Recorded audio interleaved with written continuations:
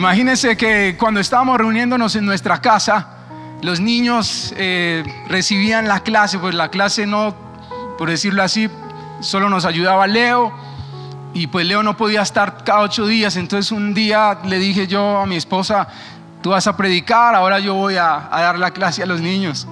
Yo preparé una señora clase muy especial y dije: bueno, voy a comenzar a hablarles a ellos de una historia, de una de las primeras historias que está en la Biblia, que es sobre la caída del hombre, cuando la serpiente tienta a Eva y Adán. Entonces preparé casi una obra de teatro y yo dije: con esto los voy a conquistar y bueno, vamos a pasar un tiempo especial.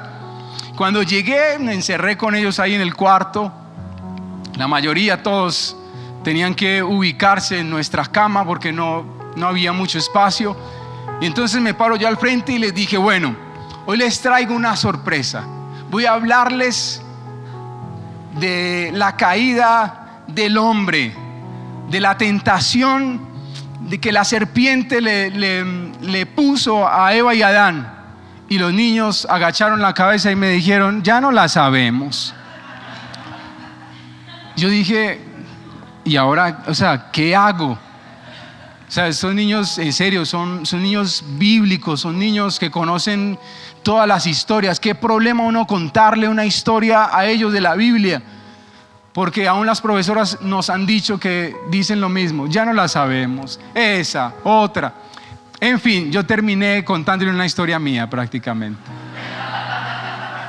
Y claro, le metí ahí el mensaje, pero no tuve como qué más poderles hablar, porque llevaba esa historia y me di cuenta que ya la sabían. Si yo vengo a decirles que les voy a contar la historia también, ustedes me van a decir lo mismo: ya se la saben, ¿cierto? Todas se la saben. Sí, muy bien. Yo también me la sé. Pero cuando me senté y cada vez que me siento a estudiar una palabra, pues Dios me enseña cosas nuevas. El problema es que esos niños no dan oportunidad para que uno les enseñe algo de la misma historia, porque dicen: ya me la sé. Y la Biblia nos ayuda a identificar que en Génesis 3 es el pasaje más importante del Antiguo Testamento sobre la guerra espiritual. Ese relato nos ayuda a comprender que ahí se gestó el primer ataque al ser humano y se gestó a la mente de Eva y de Adán. Y dice en Génesis 3:1, dice: pero la serpiente era astuta más que todos los animales del campo que Jehová Dios había hecho. Ese es el personaje que vamos a hablar un poco. El personaje que ataca y su modo de operar.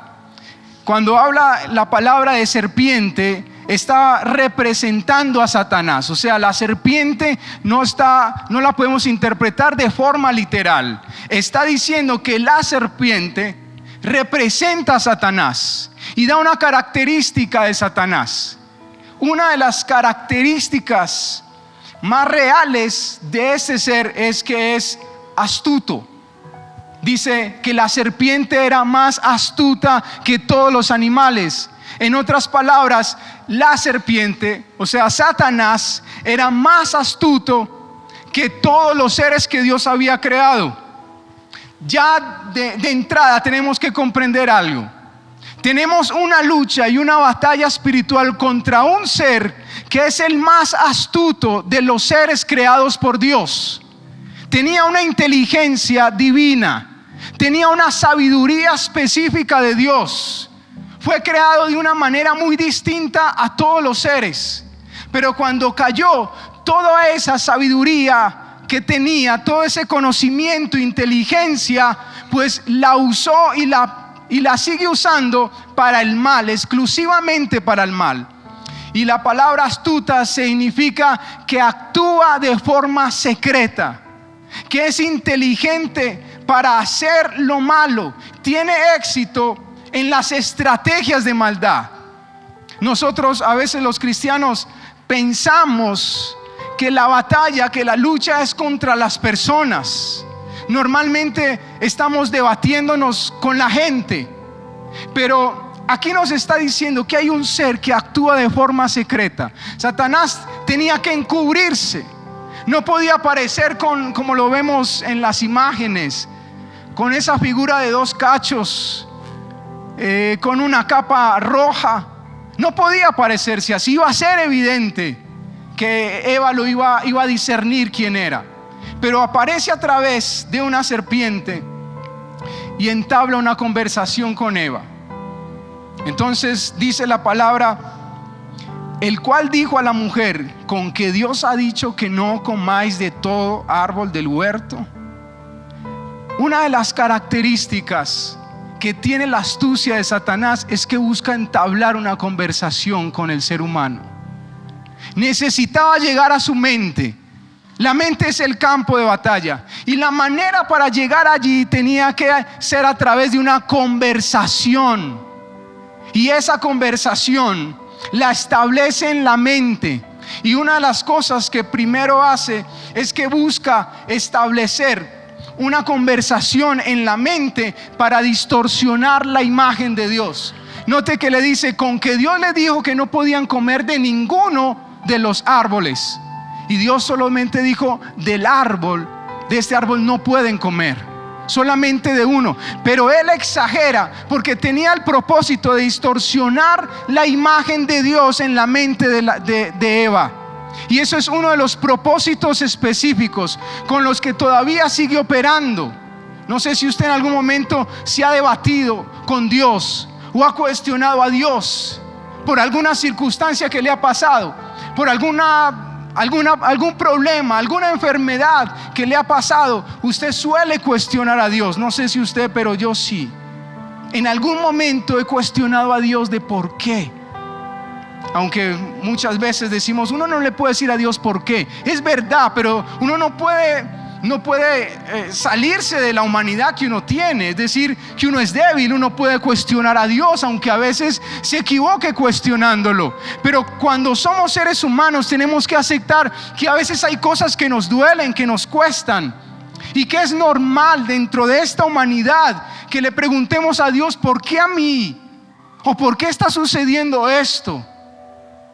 Y esa es una de las formas sutiles en que Satanás pone en nuestra mente la necesidad de cuestionar a Dios.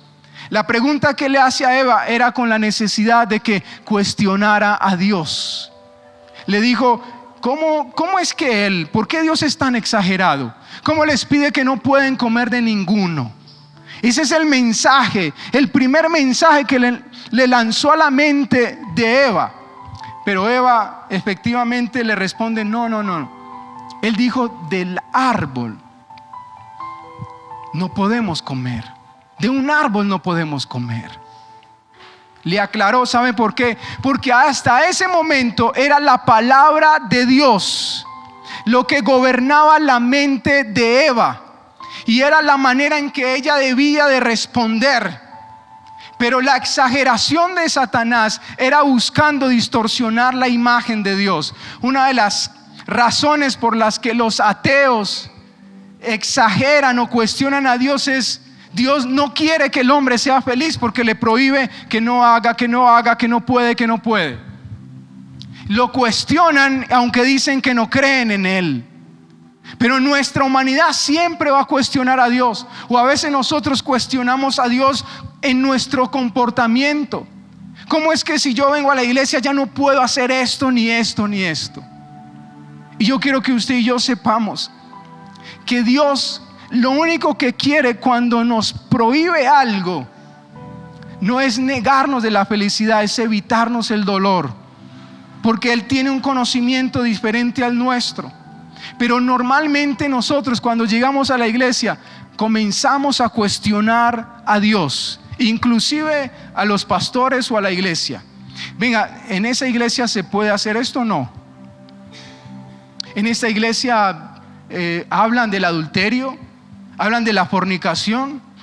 No, si ahí se habla, si ahí no me permiten vivir en la libertad en la que yo quiero, entonces ese tipo de iglesia o ese tipo de Dios no se acomoda a lo que yo quiero, a lo que yo deseo vivir.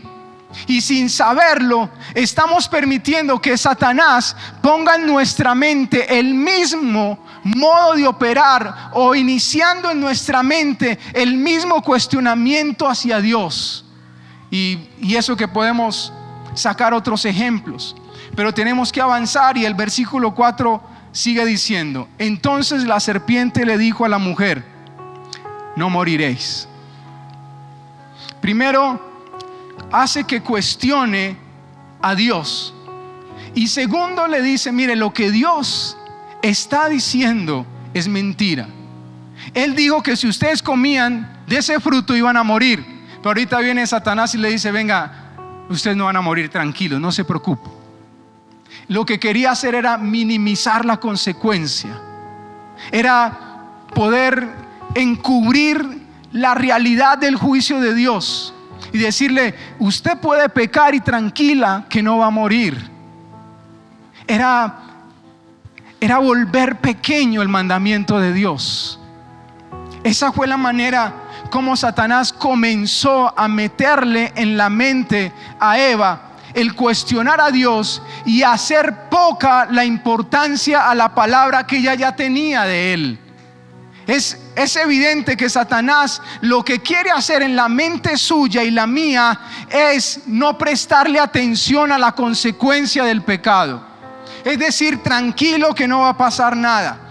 Uno de los propósitos que Satanás tiene es modificar en su mente y en la mía la palabra de Dios, porque después de que la modifique, después de que la cambie, Él establece sus principios, Él establece su maldad, Él establece su estilo, sus fortalezas. Y por eso es que usted y yo hoy en día nos cuesta tanto meter en nuestra mente el orden, los principios de Dios.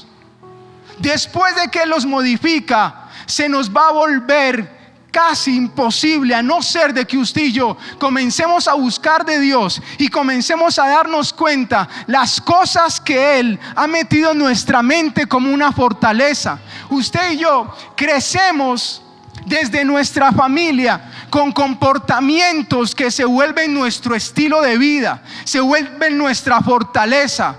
Un ejemplo: así vi a mis papás y así comienzo a vivir yo. Así me hablaron y así comienzo a hablar yo. En mi casa no me dijeron, un ejemplo, que eso era malo, que eso era pecado. Y entonces, como no lo dijeron, yo sigo viviendo de esa misma manera. Venir a Dios con tantas fortalezas en la mente es una de las razones por las que nos cuesta acercarnos a Dios. Ser libres, leer su palabra, recibir la revelación de Dios, porque hemos minimizado, porque no le prestamos atención a la consecuencia, porque decidimos vivir en nuestra voluntad y no le prestamos atención a lo que Dios nos dijo. No podemos minimizar las consecuencias. No podemos prestarle atención a las fortalezas que Satanás quiere poner en nosotros y dejar de un lado la palabra. ¿Sabe que el aborto hoy en día estamos viendo que no lo presentan como un asesinato? Eso es minimizar las consecuencias, eso es minimizar el pecado, eso es buscar la manera de modificar o de maquillar la muerte de un bebé, porque dicen que el bebé es como un saco de células, todavía no es una criatura, todavía no es un niño. Y entonces, como modifican esa verdad y meten que las mujeres tienen el derecho de decidir sobre su propio cuerpo, entonces las mujeres hoy en día están normalizando, minimizando el hecho de abortar, porque no se presenta como un asesinato, se presenta como el derecho que las Naciones Unidas están presentando para que ellas puedan hacer valer las decisiones que tienen sobre su propio cuerpo. Y asimismo, la identidad de género. Hoy se está enseñando que si un niño tiene su propia percepción de que puede cambiar de sexo, de que se considera una niña, lo puede hacer. O sea, él puede percibirse y definirse. Siendo niño puede definirse como una niña. ¿Cómo, hasta dónde hemos alcanzado a llegar al minimizar el pecado? ¿Hasta dónde estamos llegando para decir, venga, eso no es problema? Cuando un hombre viola a una niña, a un niño y lo asesina, merece la condena. Todo el mundo se va encima. Pero cuando una mujer determina por X o Y razón que debe abortar, eso se facilita. Eso se está aplaudiendo, eso se está defendiendo como un derecho de la mujer. ¿Hasta dónde Satanás está normalizando el pecado? Y no estamos hablando específicamente de las personas, de los hombres o mujeres que deciden cambiar su inclinación sexual. Estamos hablando del comportamiento, de los principios que el mundo está aceptando. No es contra la persona, es contra los principios que van contra las leyes de Dios. Y así como es el aborto y la identidad de género, es lo mismo para el adulterio, es lo mismo para la fornicación. Que un hombre pueda definir o tomar una decisión porque su esposa no está pendiente de él, porque su esposa tal vez no le presta cuidado, no le presta atención, y pueda minimizar un adulterio y pueda decir, es que como ella no me presta atención, entonces yo me fui. ¿Sabe? Todo eso está moldeando la mente del ser humano y lo estamos aceptando como algo normal. O aquel joven que le exige a su novia tener relaciones sexuales, aun siendo cristianos, y dice, es que yo quiero saber antes si es que tú eres la mujer con la que yo voy a terminar el resto de mi vida. Las relaciones sexuales entre novios se está aceptando aún en las iglesias como algo normal. Y la palabra dice es fornicación y punto. Lo define así, sin maquillarse. Todos los pecados que Dios exige, o más bien que manifiesta en su palabra, nosotros lo estamos normalizando. Pero no es algo que surja de nosotros nomás. Es algo que viene como una estrategia sutil de Satanás para que nuestra mente se acomode y tome la forma de lo que él desea para la humanidad.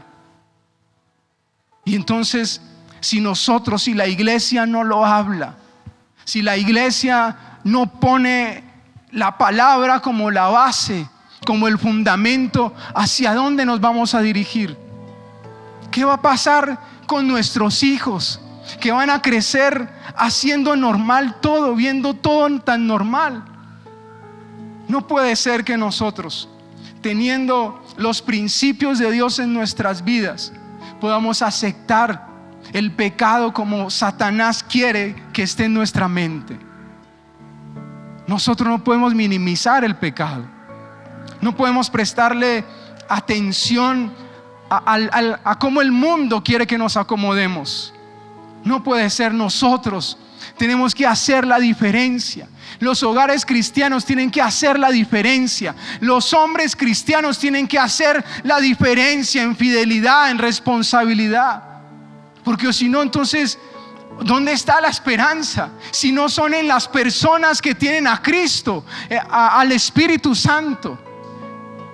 Alguien que me responda dónde puede estar la esperanza para las mejores familias.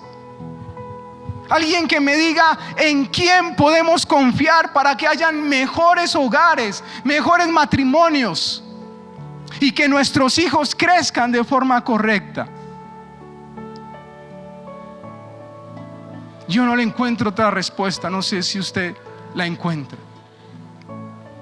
Pero usted y yo tenemos que evitar normalizar el pecado, evitar minimizarlo. No pasará nada, no se preocupe, nadie lo va a ver, nadie la va a ver, lo puede hacer. Esas son las palabras los mensajes que Satanás trae a nuestra mente, diciendo: usted puede vivir así y nada le va a pasar. Yo creo que muchos nos hemos estrellado contra la vida y contra nuestro propio pecado, intentando creer que nada nos va a pasar. Dice el versículo 5: sino que sabe Dios, dice Satanás, que el día que comáis de él, serán abiertos vuestros ojos y seréis como Dios, sabiendo el bien y el mal. La otra cosa que Satanás hace es que les puso en su mente el deseo de poder y conocimiento. Satanás les dijo: mira, lo que va a pasar es que Dios, el día que ustedes coman, sus ojos van a ser abiertos. Es decir, ustedes van a comprender, van a entender lo que significa el bien y el mal. Y les da una promesa incierta, una mentira. Les dice: ustedes van a ser como Dios. O sea, ustedes van a tener el conocimiento y el poder de Dios. Eso es una de las mentiras que Satanás puso. Les mintió, les dijo lo que podían alcanzar. Es decir, puso en su mente una codicia, el deseo de poder, el deseo de tener más conocimiento, de llegar a la altura de Dios. Eso fue lo que él hizo. Y yo quiero que usted y yo sepamos algo: Dios es el único ser que tiene el conocimiento del bien y tiene el conocimiento del mal. Usted y yo conocemos el bien de una manera muy distorsionada, y conocemos el mal bajo la experiencia. Es decir, lo que Satanás quería decirle a Eva: mira, vea, usted puede tener el conocimiento del mal, pero lo que no le dijo era que lo tenía que experimentar primero. Cuando él dice que serían abiertos los ojos, le estaba diciendo: vea, usted va a experimentar el mal y quiero que sepa que nada le va a suceder. Dios es la persona que tiene el conocimiento del mal, pero sin experimentarlo. Y cuando Dios le dijo a Adán y Eva: no pueden comer de esto, no lo estaba diciendo para prohibirles todo. Lo estaba diciendo para que ellos no sufrieran.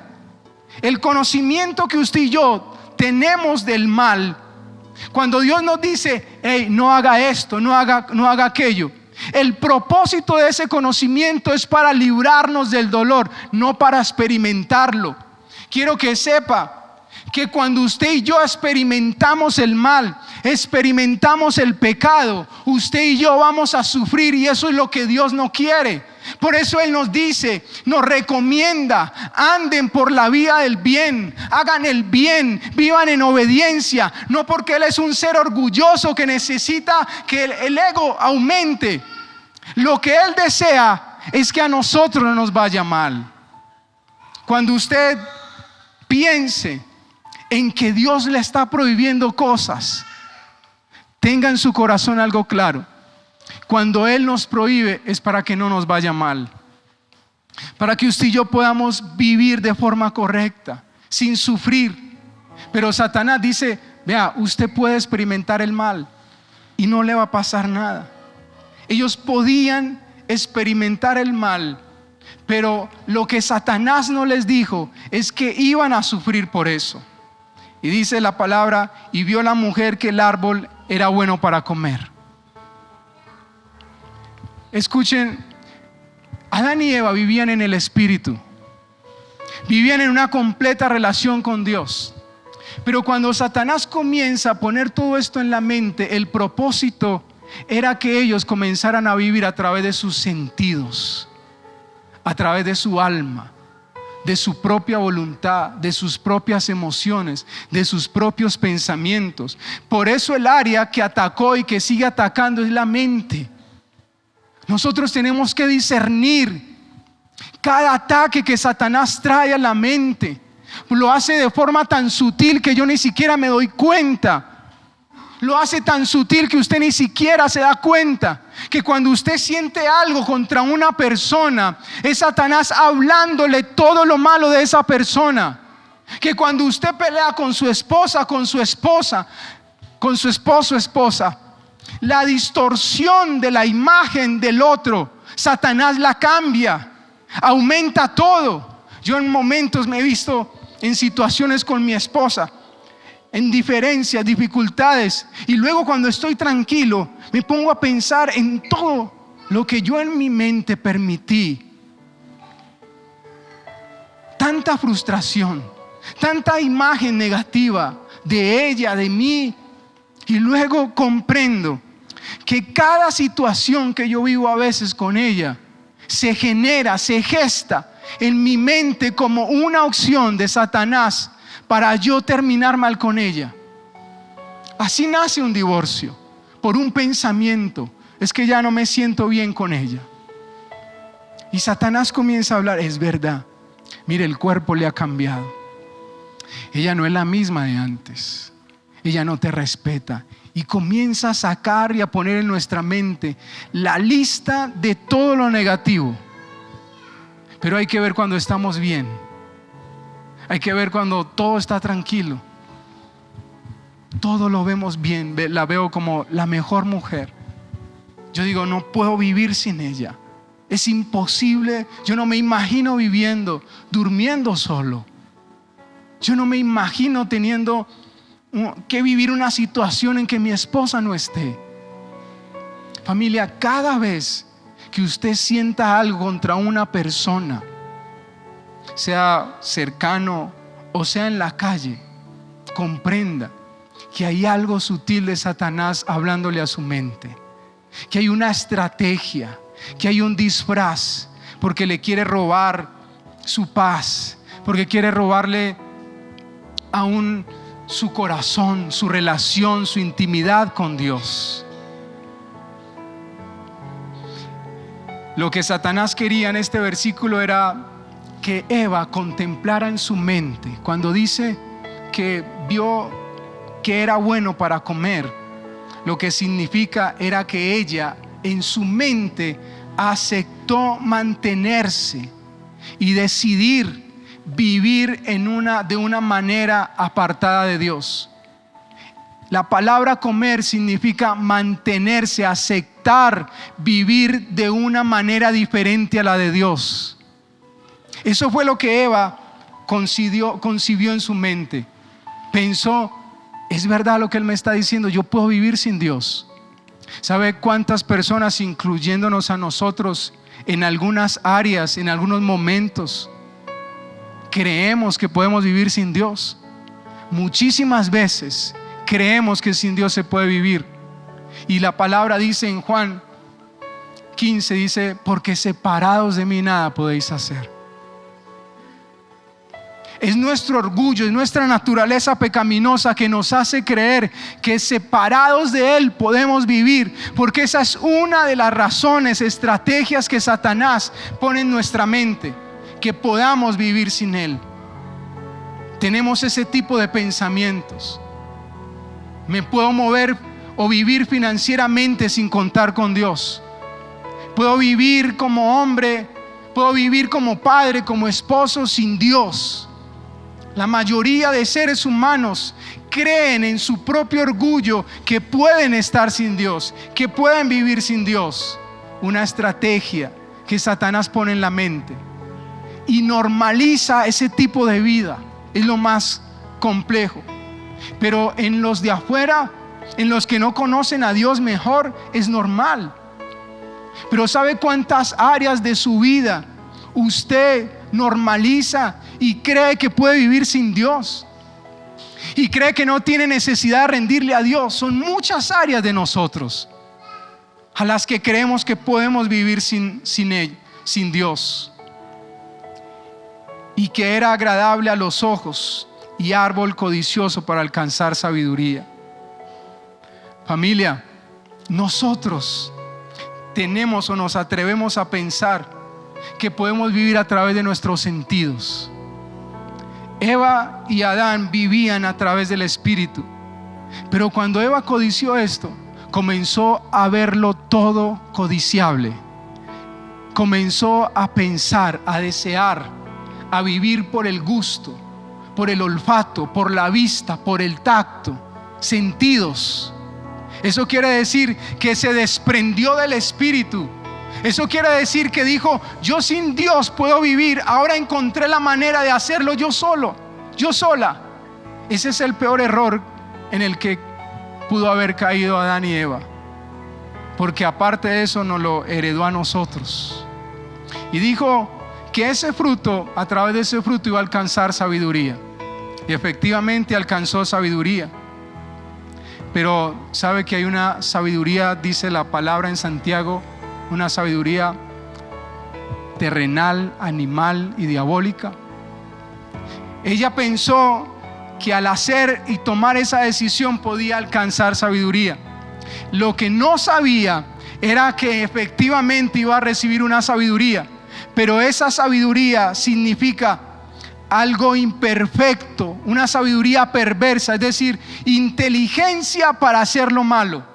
Quiero que usted y yo sepamos que desde que nacemos venimos con una naturaleza o una sabiduría para hacer lo malo. Usted puede ver un niño pequeño, desde pequeño comienza a buscar la estrategia para que no lo vean, para hacer el daño, para hacer malo, para coger algo, para explotar algo. Pero eso puede ser más normal. Pero quiero que usted y yo sepamos que aún usted y yo hemos dado muestras de una sabiduría para hacer el mal. Cuando intencionalmente un hombre se propone engañar a una mujer, cuando intencionalmente alguien decide ser corrupto, decide mentir, decide sacar ventaja, usted está usando una inteligencia que viene del propio Satanás, y usted no lo sabe, no lo percibe. Y lo peor es que decidimos mantenernos en ese estilo de sabiduría. Es una sabiduría perversa, porque estamos aceptando, porque estamos ignorando. Cuando usted planea hacer lo malo, esconderse, ir a un lugar para que nadie lo ve, ver algo, entrar a un lugar y proponerse que nadie lo vea, está usando una sabiduría, una inteligencia para hacer lo malo. Y es algo que Dios condena, es algo que Dios no le agrada, no porque Él es Dios, sino porque estamos participando, o más bien le estamos facilitando las cosas a Satanás. Cuando Él pone algo en nuestra mente y usted y yo lo aceptamos y lo llevamos a cabo, estamos siendo hijos, viviendo como hijos del diablo. Y usted y yo no somos hijos del diablo. Usted y yo somos hijos de Dios. Lo que pasa es que no habíamos percibido o no percibimos la forma sutil en que Satanás quiere que usted y yo vivamos, que usted y yo nos comportemos. Desde hoy yo creo que Dios le va a dar discernimiento. Yo creo que Dios va a despertarlo espiritualmente. ¿Sabe? Es urgente que usted y yo despertemos espiritualmente, porque dice el versículo 6: y tomó de su fruto y comió Eva, y dio también a su marido, el cual comió así como ella. Familia, Satanás pone algo en su mente, lo hace sentir y ver agradable, permite que su voluntad ceda y lo lleve a cabo, pero más que eso tiene un propósito.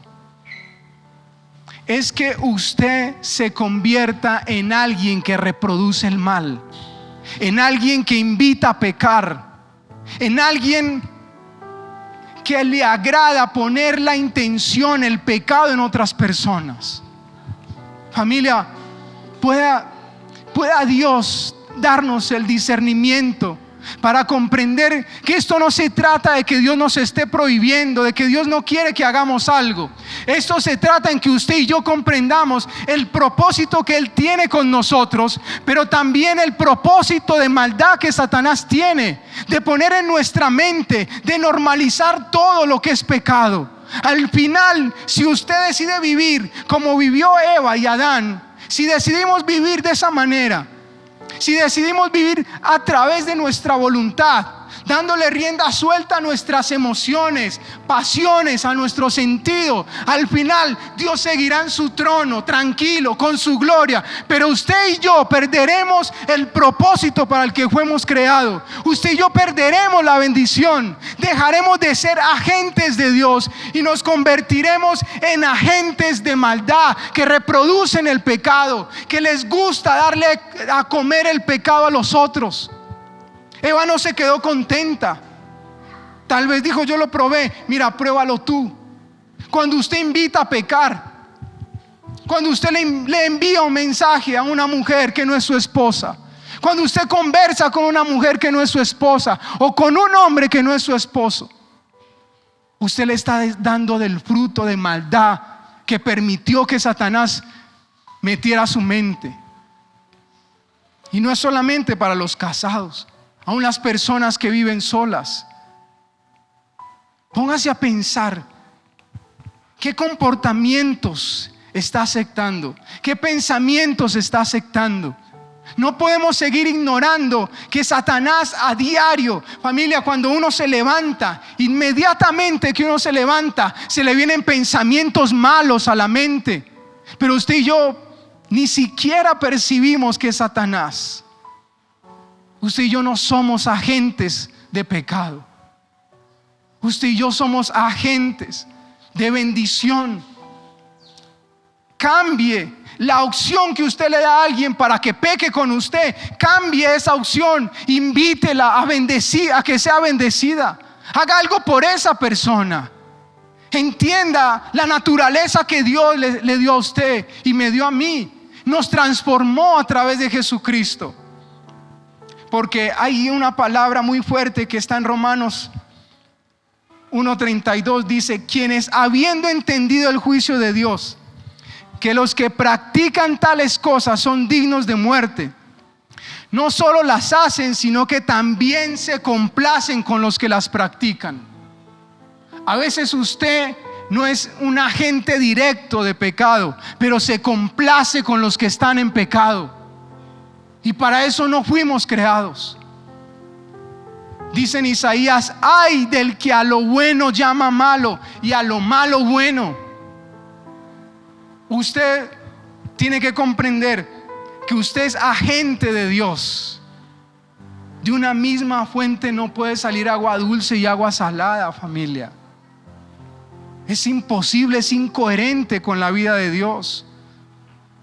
Y todo esto constituye el pecado por el cual Eva y Adán recibieron una consecuencia. Aceptaron vivir sin Dios. Minimizaron la palabra y los mandamientos y la consecuencia de Dios. Creyeron que podían vivir solos en sus propias fuerzas. Hicieron atractivo el pecado.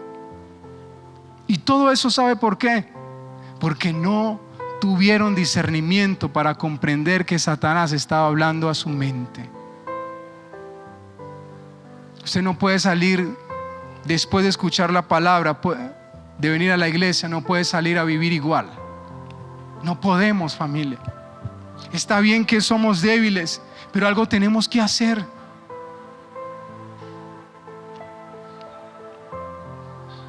Yo me he preguntado siempre, ¿dónde estaba Adán en esa situación? Es lo mismo que se podría preguntar mi esposa: ¿dónde puedo estar yo si no tengo discernimiento, si no cuido mi casa, si no cuido a mis hijos?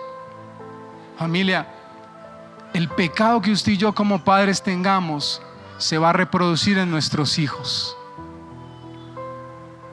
Y todo por un pensamiento que estamos aceptando. Dice 2 Corintios, Pablo dijo: pues no ignoramos sus maquinaciones, hablando de Satanás. Familia, la guerra espiritual y una vida espiritual firme significa y se basa en no ignorar las maquinaciones de Satanás. Se basa en que usted y yo no ignoremos los planes que Satanás tiene contra nosotros, contra nuestros hijos. ¿Qué haría usted si le dicen que hoy a las 10 un ladrón va a entrar a su casa? Estoy seguro que algo haría usted. ¿Sabe? Todos los días un ladrón viene a su casa y usted ni siquiera se da cuenta. Porque nuestra oración es: Padre, por favor, ayúdame. Usted y yo tenemos que cambiar la oración. Usted y yo no podemos ignorar, porque ignorar significa no tener la información necesaria como hombre, como esposo, como padre, como mujer. Significa tener falta de inteligencia, ignorancia intencional. Usted y yo no podemos tener una ignorancia intencional, que sabemos que hay un enemigo que nos ataca y usted y yo no hacemos nada. No podemos actuar neciamente. Y Pablo dice: no ignoramos las maquinaciones. ¿Y sabe qué significa maquinaciones? Locuras de Satanás en contra suya. Es decir, Pablo tenía claro y decía: vea, yo no ignoro las locuras que Satanás tiene contra mí. Familia, él viene para matar, robar y destruir.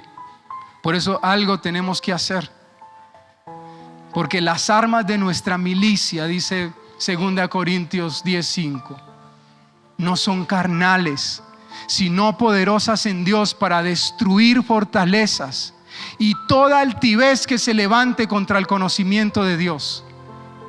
Es imposible. Si usted se va a defender humanamente, va a perder. Por eso está diciendo Pablo: vea, mis armas con las que yo peleo como hombre, como servidor de Cristo, como hombre de familia, yo tengo que comprender que mis armas no son humanas. Yo no puedo estar discutiendo, alegando.